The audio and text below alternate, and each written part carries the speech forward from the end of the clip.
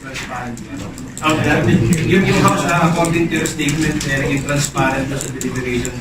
In-itemize namin eh. How about Senate, sir? Ano Senator, assessment they yung did Senate? not. They did not itemize. Laki-laki na ang budget. Alam mo, hindi nyo na makita yung disparity. Kami 326 na ata yung paghahati-hati ng mga locations sa bawat line agency na ibibigay ng executive officer. How much is the Senate? 90? Anyone here who knows how much the Senate is?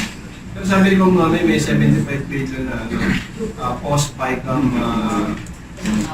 Sa Senate yun? Opo. Oh. Anong call mo ngayon kila Senator Lacson at kay Philip Soto? Precisely what we're saying is, they're even saying that they will not sign the budget if they see any amendment to what was agreed during the breakdown. Ay, reiterate namin, there was no change. You think Nonoy will be that irresponsible to make a statement that there was no changes in this version that we are submitting to the palace for approval on what was agreed during the